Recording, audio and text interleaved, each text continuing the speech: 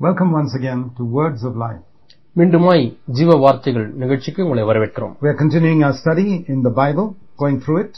நாம் வேதம் முழுவதுமாய் ஒரு வேத பாடத்தின் மூலமாய் நாம் படிக்க இருக்கிறோம். And today we have reached Exodus. இன்றைக்கு நாம் யாத்ராகம புத்தகத்திற்கு வந்திருக்கிறோம். And we'll spend a couple of sessions on Exodus. யாத்ராகமத்திலே ஒரு சில நிகழ்ச்சிகளிலே நாம் அதை படிப்போம். And see what God has for us in the next 3 or 4 sessions. அடுத்த 3-4 நிகழ்ச்சிகளிலே நாம் நமக்கென்று தேவன் என்ன வைத்திருக்கிறார் என்பதை நாம் பார்ப்போம். What message God has for us from this book. இந்த புத்தகத்திலிருந்து தேவன் நமக்கென்று என்ன செய்தியை வைத்திருக்கிறார் என்று நாம் சற்று பார்ப்போம். We could say the title of this book is The Nation of Israel is Born.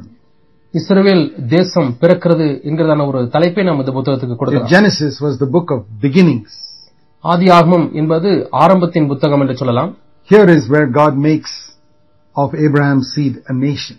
இங்கே அந்த ஆபிரகாமுடைய சந்ததியை ஒரு தேசமாக தேவன் உருவாக்குகிறார். Remember, the whole purpose of this is finally to bring a redeemer to the earth to save mankind. இந்த முழு நோக்கமும் மனித குலத்தை மீட்கும்படியாக ஒரு மீட்பரை உண்டாக்குவதற்காக. So it's not that Israel was a special favorite of God. ஆகவே இஸ்ரவேல் என்பது தேவனுடைய விசேஷித்த நேசிக்கக்கூடிய ஒரு தேசம் என்றால் He loves us just as much as anybody else. மற்ற எல்லாரையும் தேவன் எப்படி நேசிக்கிறார் அதே போல நம்மையும் நேசிக்கிறார். He needed a channel through which to send his son. தம்முடைய குமாரனை அனுப்பும்படிக்கு அவருக்கு ஒரு வாய்க்கால் தேவைப்பட்டது. And for that he prepared a nation. அதற்காக தேவன் ஒரு தேசத்தை ஆயத்தம் பண்ணார். He didn't choose a nation.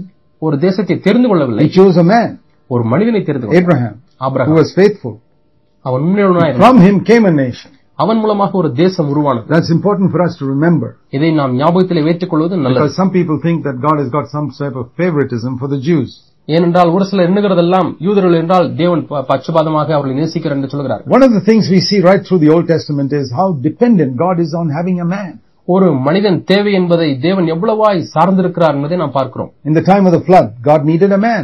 ஜல பிரளயம் வந்தபொழுது தேவனுக்கு ஒரு மனிதன் தேவைப்பட்டான், Noah. When God wanted to start a nation, he needed a man. ஒரு தேசத்தை உருவாக்கும் பொழுது தேவனுக்கு ஒரு மனிதன் தேவைப்படுகிறான். God wanted to save the world from famine. He needed a man, Joseph. உலகத்தை பஞ்சத்திலிருந்து காக்கும்படிக்கு தேவனுக்கு ஒரு மனிதன் தேவைப்படுகிறான், அவன் யோசேப்பு. And now when God wants to redeem Israel from Egypt, again he needs a man. இப்பொழுது இஸ்ரவேலை எகிப்திலிருந்து விடுதலையாக்குவதற்கு மீண்டுமாய் அவருக்கு ஒரு மனிதன் தேவைப்படுகிறான். And even today, இன்றைக்கும் கூட God needs men and women to build this church. நம்முடைய சபையை கட்டுவதற்கு தேவனுக்கு மனிதனும் மனுஷனும் தேவைப்படுகிறார்கள். You can look at these examples and see how important you are for God's purposes. இந்த மாதிரிகளிலிருந்து நீங்கள் ஒன்றை கற்றுக்கொள்ளலாம், நீங்கள் தேவ நோக்கம் நிறைவேறுவதற்கு எவ்வளவு முக்கியமானவர் என்பதை. So here we read, in God's sovereignty he allowed another king to arise, chapter 1 verse 8 of Exodus, who did not know Joseph. யாத்ராகமம் 1:8 யோசேப்பை அறியாத புதிய ராஜா ஒருவன் எகிப்திலே தோன்றினான் என்று பார்க்கிறோம். He forgot that if it were not for Joseph, there would be no Egyptians left. Everybody would have died in the famine. யோசேப்பு இல்லாவிட்டால் பஞ்சத்திலே எல்லாரும் மரித்திருந்திருப்பார்கள், எகிப்து தேசமே இருந்திருக்காது என்பதை அவன் மறந்து விட்டான். He should have been grateful to the nation of Israel. இஸ்ரவேல் தேசத்துக்கு அவன் நன்றியுள்ளவனாய் இருந்திருக்க வேண்டும். Who were Joseph's relatives, all of them. அவர்கள் எல்லாரும் யோசேப்புடைய உறவினர்களாய் இருந்தார்கள். But ஆனால் man quickly forgets the good that you do to them. மனிதர்களுக்கு நீங்கள் செய்கிற நன்மைகளை அவன் மறந்து விடுவதற்கு தீவிரமாக இருக்கிறான். If people have been ungrateful to you for the good you have done to them or your parents have done to them, உங்களுடைய பெற்றோர்களோ அல்லது நீங்களோ ஒரு சிலருக்கு செய்த நன்மைகளை அவர்கள் மறந்து விட்டார்கள், don't be surprised. அதை குறித்து ஆச்சரியப்பட வேண்டாம். Don't be bitter. அவர்கள் மீது கசப்பு கொள்ள வேண்டாம். God can still fulfill his purposes just like he did over here. இங்கே செய்தது போலவே தேவன் தொடர்ந்து தம்முடைய நோக்கத்தை நிறைவேற்ற முடியும். Many years earlier, God had told Abraham in Genesis 15, your children are going to be in another country for 400 years and then only they are going to come back. அநேக ஆண்டுகளுக்கு முன்பதாகவே ஆண்டவர் ஆபிரகாமிடத்திலே 15ஆம் அதிகாரத்திலே பார்க்கிறோம், உன்னுடைய சந்ததி வேறொரு தேசத்துக்கு சென்று அங்கே அடிமைகளாக இருப்பார்கள் என்று சொல்லிவிட்டார். That was being fulfilled here. அது இங்கே நிறைவேறுகிறது. And they were slaves. அவர்கள் அங்கே அடிமைகளாக மாறுகிறார்கள். Exactly what God had said. அதைத்தான் தேவன் சொன்னார். God said in Genesis chapter 15, let me show you that verse. உங்களுக்கு நான் அந்த வசனத்தை காண்பிக்கிறேன். ஆதியாகமம் 15ஆம் அதிகாரம். Genesis chapter 15. ஆதியாகமம் 15ஆம் அதிகாரம். That your descendants, verse 13, will be enslaved and oppressed for 400 years. உன்னுடைய சந்ததியார் அந்நிய தேசத்திலே பரதேசிகளாய் அத்தேசத்தாரை சேவிப்பார்கள் என்று 400 வருஷம் உபத்திரவப்படுவார்கள் என்று சொல்லியிருக்கிறார். They will suffer. He prophesied it. அவன் தீர்க்கதரிசனமாய் தேவன் சொல்லியிருக்கிறார். And so this was not accidental. It was a fulfillment of prophecy. ஆகவே நாம் இங்கே வாசிக்கிற காரியம் தற்செயலாய் நடைபெறுகிற ஒன்று அல்ல, அது தீர்க்கதரிசனத்தின் நிறைவேறுதலாய் இருக்கிறது. God allows many wicked rulers to do many things to his people. தம்முடைய ஜனங்களுக்கு அநேக பொல்லாத ராஜாக்கள் பொல்லாப்பான காரியங்களை செய்வதற்கு அனுமதித்திருக்கிறார். Church history is filled with such stories. சபை சரித்திரமானது இப்படிப்பட்ட சம்பவங்களினால் But they நிறைந்திருக்கிறது. never defeat God's purpose. ஆனால் அவர்களால் ஒரு காலம் தேவ நோக்கத்தை தோற்கடிக்க From the முடியவில்லை. midst of those persecuted people arises a man who becomes God's man for the hour. அந்த உபத்திரவத்தின் மக்கள் மத்தியிலே இருந்து தேவனுக்கென்று அதே தேவனுடைய நேரத்திலே ஒரு மனிதன் எழும்புகிறார். See how Moses' mother, to save his life, puts him in a basket and puts him in the river Nile. மோசேயினுடைய தாய் அந்த குழந்தையை அந்த ஒரு நாணல் பெட்டியை செய்து அந்த நைல் என்னும் நதியிலே கொண்டு போய் Now, the விடுகிறார். river Nile, there could be crocodiles that would eat up that baby immediately. அந்த குழந்தையை உடனே தின்று விடும்படியாக திணிய முதலைகள் அந்த நதியில இருந்திருக்கும். But much before that happens, அது விடுவதற்கு முன்பதாகவே God makes sure that Pharaoh's daughter comes there to have a bath at the same time.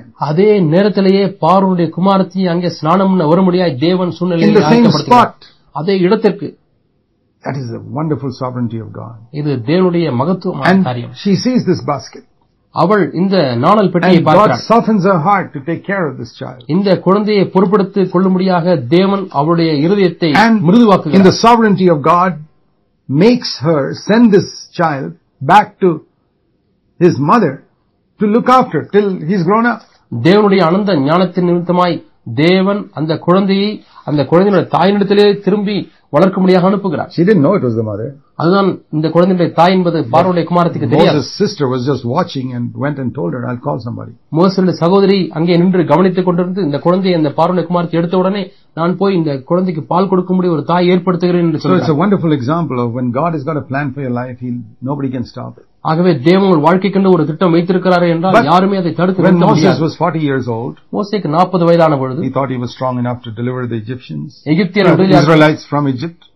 எகிப்தின் நாட்டிலிருந்து இஸ்ரவேல் ஜனங்களை விடுதலையாக்கும்படியாக தனக்கு போதுமான பலன் இருக்கிறது He எண்ணுகிறார். kills a man, அங்கே ஒரு மனிதனை கொலை he kills an செய்கிறான். Egyptian முதலாவது எகிப்தியனை கொல்கிறான். who was fighting with a Hebrew. அவன் எபிரேய மனிதனிடத்திலே சண்டை போட்டுக் கொண்டிருந்த பொழுது அந்த எகிப்தியனை கொன்று விடுகிறான். And Pharaoh hears it and Moses has to run for his life. பார்வோன் அதை கேள்விப்பட்ட உடனே அவனை கொல்ல பார்க்கிறான். மோசே தன் ஜீவனுக்காக தப்ப ஓடுகிறான். That was not God's way of delivering Israel from Egypt, by killing them one by one. ஒவ்வொருவராக கொலை செய்து இஸ்ரவேல் மக்களை விடுவிப்பது என்பது தேவனுடைய சித்தம் அல்ல. Moses wouldn't have even finished 10,000 people in his life. அப்படி அவன் செய்திருப்பானேயானால் அவன் வாழ்நாள் முழுவதுமாய் 10,000 பேரை கூட கொண்டிருக்க முடியாது. But when he was an old man, ஆனால் அவன் வயது he சென்றவனாய் மாறும்பொழுது just lifted up his rod and buried the whole Egyptian army under the Red Sea in a moment. தன்னுடைய கோலை தூக்கி அந்த முழு எகிப்தின் சேனையும் அந்த சிவந்த சமுத்திரத்திலே அவன் கொன்று போடுகிறான். God's way is much better than our human way. நம்முடைய மனுஷிக வழிகளை காட்டிலும் தேவனுடைய வழிகள் எவ்வளவோ மேன்மையானது. What was it that Moses lacked? மோசேக்கு அவன் இழந்து போனது என்ன? Brokenness. நொறுங்குதல் இல்லை. And casting off confidence in self. அவனிடத்திலே வைத்திருக்கிற அந்த நம்பிக்கையை இருந்து அவன் அதை தூக்கி போடவில்லை. He was full of self-confidence. அவன் தன் நம்பிக்கையுடையவனாய் இருந்தான். God had to break that. அதை தேவன் உடைக்க வேண்டியதாக இருந்தது. For that God sent him for 40 years into the wilderness. இதற்காக தேவன் அவனை வனாந்தரத்திற்கு 40 ஆண்டுகள் அனுப்பினார். One of the most brilliant men of his time. அவனுடைய வாழ்நாட்காலங்களிலே இருக்கக்கூடிய புத்திசாலியா இருந்தான் மோசே. He made him look after sheep. அவனோ ஆடுகளை மேய்க்கும்படியாய் 40 ஆண்டுகள் made him live with his father-in-law for 40 years. 40 ஆண்டுகள் தன்னுடைய மாமனாரிடத்திலே அவன் வாழ்ந்தான். Can you imagine what that will do to you, to live with your father-in-law for 40 years? 40 ஆண்டுகள் மாமனார் வீட்டிலே நீங்கள் வாழ்ந்து கொண்டிருந்தீர்கள் என்று சொன்னால் உங்களுடைய வாழ்க்கையில் என்ன சம்பவிக்கும் தெரியுமா? That will certainly break you. அது கண்டிப்பாக உங்களை நொறுக்கி போடும். But it broke Moses so badly that he said, Lord, don't send me, when God called him. ஆண்டவரே, நான் இதற்கு ஆயத்தமா இல்லை என்று தேவன் அவனை அழைத்த பொழுது சொன்னார். And God says, okay, I'll give you 3 signs.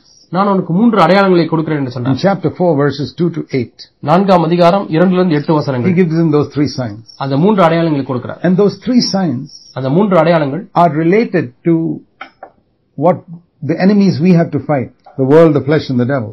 உலகம், மாம்சம், பிசாசு என்கிறதான இந்த 3 சத்துருக்களிடத்திலே நாம் ஜெயிக்க வேண்டியிருக்கிறது. அதை தான் அது See, காண்பிக்கிறது. the first sign is, முதலாவது அடையாளம், he says in chapter 4, throw your staff down to the ground.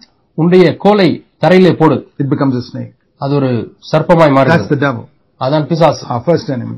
நம்முடைய முதல் சத்துரு. Moses ran away. மோசே Verse 3. 3ஆம் வசனத்திலே பார்க்கிறோம், மோசே விலகி ஓடினார். And that's what most Christians do. Afraid of the devil, they run. இன்றைக்கு அநேக கிறிஸ்தவர்கள் இப்படித்தான் செய்கிறார்கள், பிசாசுக்கு பயந்து But ஓடுகிறார்கள். the Lord says, don't run. நீ ஓடாதே என்று ஆண்டவர் சொல்கிறார். Take it by the tail and lift it up. அதை வாளினாலே பிடித்து தூக்கு. And the Lord says, don't be afraid of the devil. பிசாசை பார்த்து பயப்பட He is வேண்டாம். defeated on the cross. அவன் கல்வாரி சிலுவையில் Resist him. தோற்கடிக்கப்பட்டான். அவனை எதிர்த்து In நில்லுங்கள். Jesus' name, இயேசு he நாமத்தினாலே will run. அவன் ஓடி போவான். He won't be a serpent anymore to you. அவன் இனிமேல் உனக்கு சர்ப்பமா இருக்க You மாட்டான். can have authority over him. அவன் மீது உங்களுக்கு அதிகாரம் உண்டு. That's the first sign. இதான் முதலாவது The second அடையாளம். sign was, put your hand inside your bosom, take it out, verse 6. உன் கையை மடியிலே போடு, பிறகு எடுத்து விடு என்று It was சொல்கிறார். white.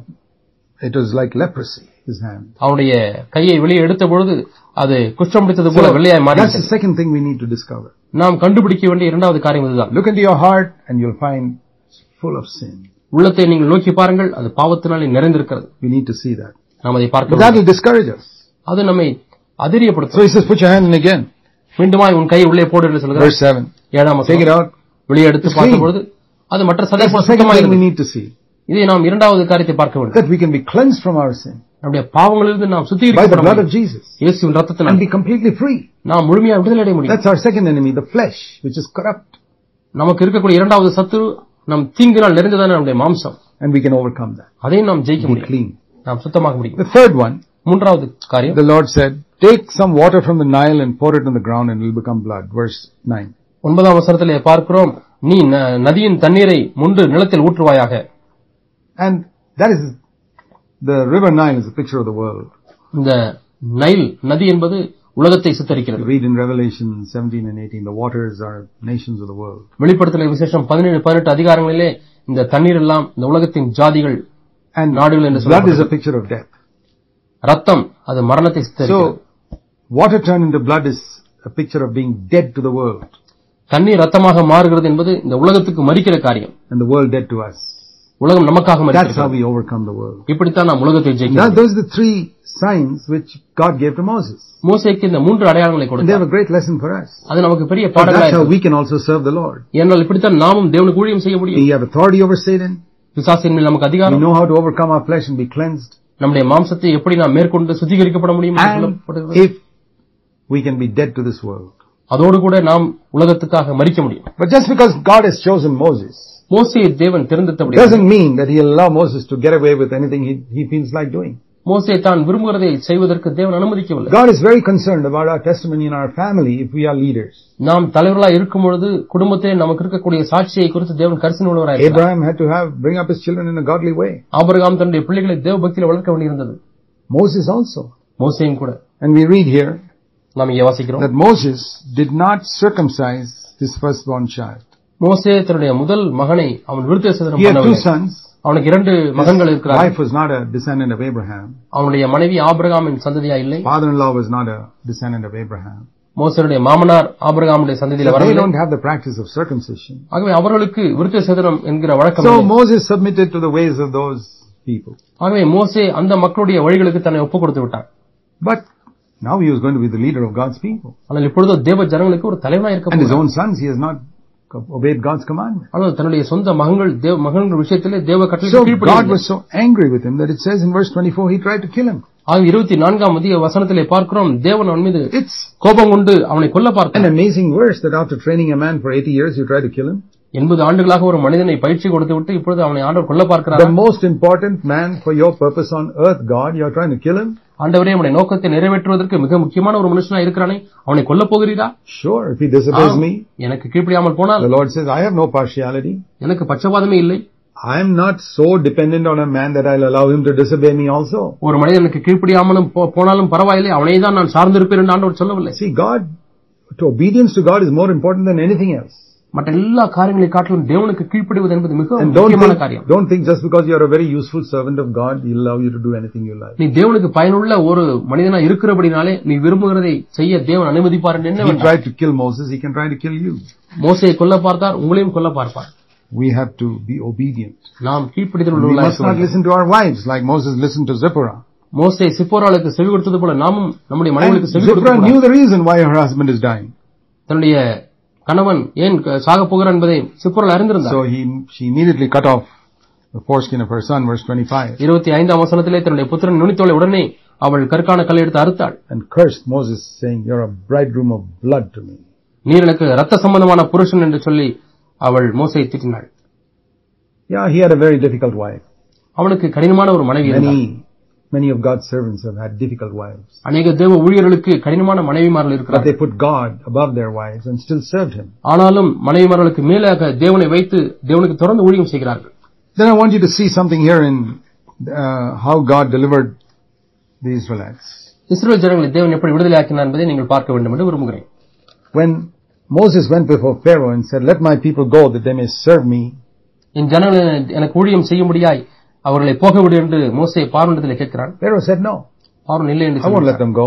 நான் அவர்களை விட மாட்டேன். Chapter 5 verse 1 onwards. 5ஆம் அதிகாரம் 1ஆம் வசனத்திலிருந்து பார்க்கிறோம். What did Moses do? மோசே என்ன செய்கிறான்? Did he go home and வீட்டுக்கு போய் விட்டானா? get discouraged? சோர்வடைந்து விட்டானா? Say, Lord, I tried. ஆண்டவரே நான் Nothing முயற்சி happened. He's செய்தேன். not listening. ஒன்றுமே நடக்கவில்லை. அவன் கேட்க மாட்டேங்கிறான். You don't give up when God has told you something. தேவன் ஒரு காரியத்தை உங்களுக்கு சொன்னால் நாம் விட்டுவிடக் கூடாது. You go back again. மீண்டுமே அவன் போகிறான். You go back any number of times. எத்தனை முறை வேண்டுமானாலும் திரும்பவும் And போகிறான். God will work mightily to fulfill His word. தேவன் தம்முடைய வார்த்தையை நிறைவேற்றுவதற்கு வல்லமையாய் கிரியை செய்வார். And we read the story there how God sent 10 plagues into that country. அந்த தேசத்திலே 10 வாதைகளை தேவன் அனுப்பினதை பார்க்கிறோம். First where the water became blood. முதலாவது தண்ணீர் ரத்தமாய் மாறியது. And the town was the whole country was filled with frogs. முழு தேசமும் தவளைகளினால் நிறைந்து And விட்டது. then lice. பேன்கள் நிறைந்து விட்டது. And then flies. கொடிய ஈக்கள் வந்து விட்டது. And then diseases on all the animals. எல்லா விலங்குகள் மீதும் கொள்ளை நோய் வந்தது. Boils. குப்பளங்கள் வந்தது. Hail from the sky, stones. வானத்திலிருந்து பனி கற்கள் விழுந்தன. And locusts. வெட்டுக்கிளிகள். Darkness. காரிருள். 9 of them. 9 வாதைகள். And still Pharaoh would not let them go. ஆனாலும் பார்வோன் அவங்களை விட்ட பாடில்லை. Then we know the last one. நாம் கடைசி வாதை என்னென்று death தெரியும். of the firstborn. தலை பிள்ளை சங்கரிக்கப்படுதல். One thing I want you to notice is at different times Pharaoh suggested various compromises to Moses. ஒரு காரியத்தை நீங்கள் அறிய வேண்டும் என்று விரும்புகிறேன். பல இடங்களிலே பார்வோன் ஒரு சில ஆலோசனைகளை சொல்கிறான். And like Pharaoh once said, all of you men go, leave the children behind. ஒருமுறை பார்வோன் மோசேயை பார்த்து ஆண்கள் எல்லாரும் போங்கள், பிள்ளைகளை விட்டு போங்கள் என்று சொல்கிறார். Moses said no. மோசே இல்லை என்று சொல்கிறார். We're not even going to leave the hoof of a cow behind. ஒரு மாட்டினுடைய குளம்பை கூட நாங்கள் விட்டு செல்ல மாட்டோம். Definitely not our children. கண்டிப்பாக பிள்ளைகளை விடவே மாட்டோம். There's a great lesson there for us. இங்கே நமக்கு ஒரு பெரிய பாடம் இருக்கிறது. Coming out of Egypt is a picture of our salvation. எகிப்தை விட்டு வெளியே வருவது நம்முடைய ரட்சிப்புக்கு அடையாளமாக இருக்கிறது. What about your children? Have they come out of Egypt? உங்களுடைய பிள்ளைகளை எகிப்தை விட்டு வெளியே வந்து விட்டார்களா? Or have you left them there and come out yourself? அல்லது பிள்ளைகளை எகிப்திலே விட்டு நீங்கள் மட்டும் வந்து விட்டீர்களா? Moses didn't do that. மோசே அதை செய்யவில்லை. You are born again. நீங்கள் மறுபடியும் Are your children in the world? உங்கள் பிள்ளைகள் இன்னும் Are they following the world? உலகத்தை Are they living for worldly values? உலக மதிப்பீடுகளுக்காக வாழ்ந்து கொண்டிருக்கிறார்களா? Ask yourself. உங்களை நீங்களே கேட்டு பாருங்க. Or do you have Moses persistent saying, I will not leave one of my children in Egypt. They're all going to be saved. என்னுடைய பிள்ளைகளிலே ஒன்றை கூட விட மாட்டேன், எல்லாரும் ரட்சிக்கப்பட போகிறார்கள் என்று சொல்லி மோசேயை போல நீங்கள் இருக்க போகிறீர்கள். Not one of them is going to be a slave of Pharaoh. ஒரு பிள்ளை கூட பார்வோனுக்கு அடிமையாக இருக்க போவதில்லை. One of them is going to be a slave of the devil. அதே போல என்னுடைய பிள்ளையில ஒருவர் கூட பிசாசுக்கு அடிமையாக இருக்க மாட்டார். That attitude Moses had, you must have as a child of God concerning all your children. மோசேக்கு அந்த மனப்பான்மையை போலவே நீங்களும் உங்கள் எல்லா பிள்ளைகளை குறித்த விஷயத்திலே மனப்பான்மை உள்ளவர்களாக Don't இருக்க accept வேண்டும். the devil's compromise. பிசாசு சொல்லுகிற காரியங்களுக்கு செவி கொடுக்க You have வேண்டும். to lay hold of God and say, God, I'm going to make sure all my children are saved. நீங்கள் தேவனை விடாப்பிடியாய் பற்றிக்கொண்டு ஆண்டவரே என்ற பிள்ளை எல்லாரும் ரட்சிக்கப்பட வேண்டும், மனம் திரும்ப வேண்டும் என்று கேட்க வேண்டும். Finally, கடைசியாக we read that God delivered them. தேவன் அவர்களை விடுதலையாக்கினார். I want to show you one more thing here. இன்னும் ஒரு காரியத்தை உங்களுக்கு That காண்பிக்க when Moses did some of these signs before Pharaoh, பார்வோனுக்கு முன்பாக இப்படிப்பட்ட ஒரு சில அடையாளங்களை மோசே we நடத்தின read பொழுது the magicians could also do that. மந்திரவாதிகளும் அதை செய்ய They also threw முடியும். their rods down and became snakes. மந்திரவாதிகளும் தங்களுடைய கோல்களை தரையிலே போட்ட பொழுது அவைகள் சர்ப்பங்களாய் மாறின. Who can do that? எப்படி அதை செய்ய முடியும்? There you see what tremendous power Satan can give his servants also.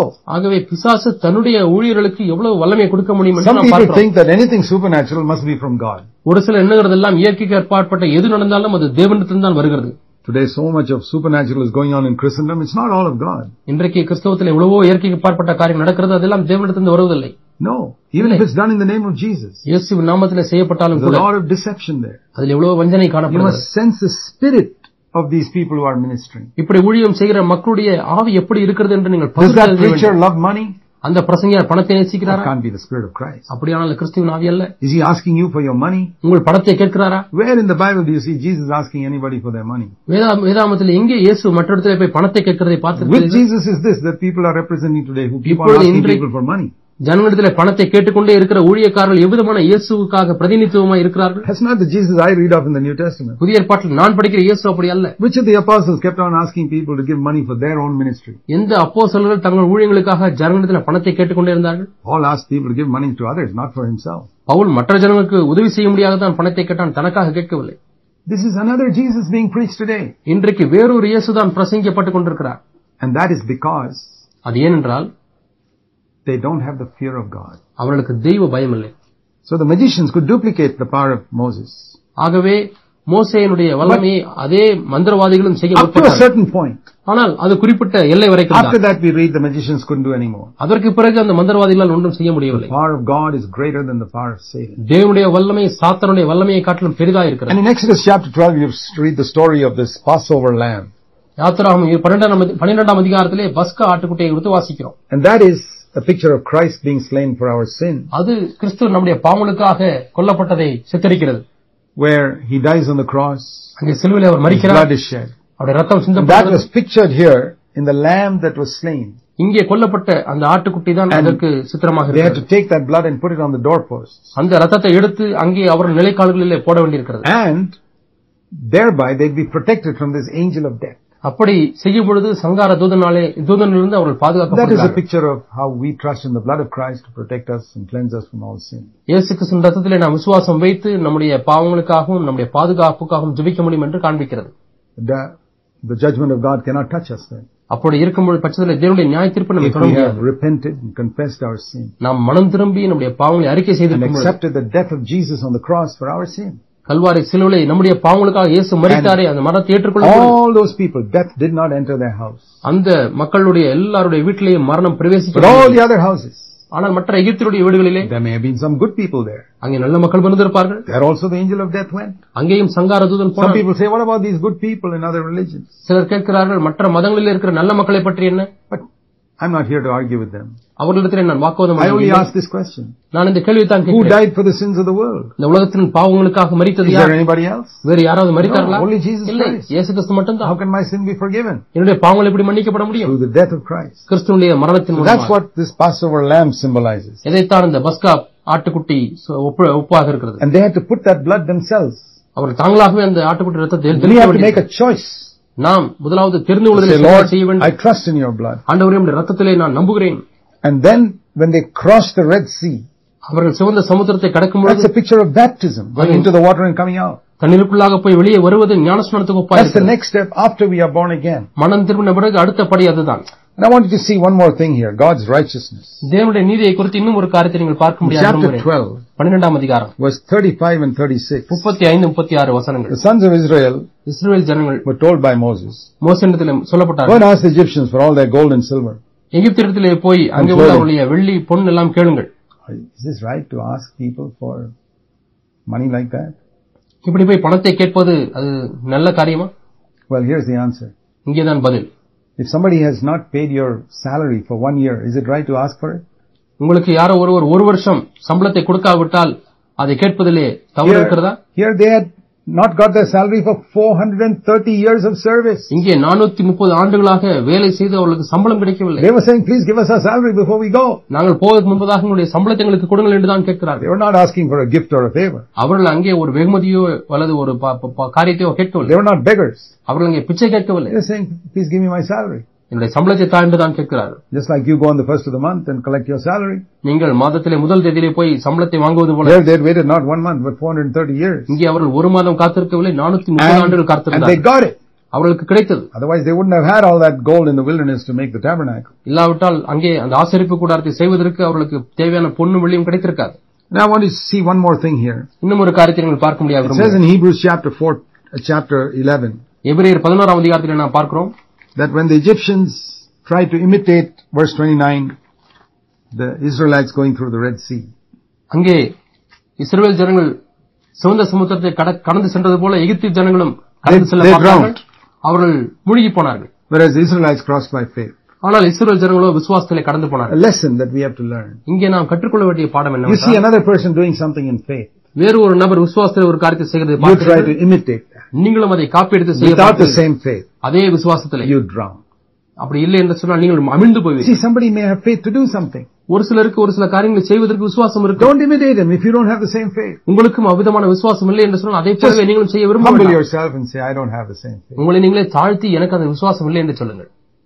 And live according to your faith. உங்களுடைய விசுவாச அளவின்படி நீங்கள் வாழ கற்றுக்கொள்ளுங்கள். It's wonderful how God became stood between the Israelites and Egypt as a pillar of cloud and fire. இஸ்ரவேல் மக்களுக்கும் எகிப்தியருக்கும் நடுவிலே அக்கினி மதிலாக தேவன் நின்றது அற்புதமான காரியமாக. That's how God stands between us and the devil and all our enemies today. இன்றைக்கும் தேவன் நமக்கும் நம்முடைய சத்துருக்கள் பிசாசுகளுக்கு நடுவிலே அப்படித்தான் அவர் பாதுகாக்கிறார். Buried all those enemies of Israel under the sea. இஸ்ரவேலின் சத்துருக்கள் எல்லாம் கடலின் கீழே அமிழ்த்தி போட்டது போல Jesus has defeated all our enemies, satanic enemies on the cross. Kalvari சிலுவையிலே நம்முடைய சத்துருவாகிய சாத்தானை அவர் அப்படித்தான் எல்லா சாத்தான்களையும் அவர் அமிழ்த்தி போட்டார். That's why we go forth with joy and rejoicing. ஆகவே தான் நாம் சந்தோஷத்தோடு கூட மகிழ்ச்சியோடு கூட தொடர்ந்து சென்று கொண்டிருக்கிறோம். Praise the Lord. கர்த்தருக்கு ஸ்தோத்திரம். Amen.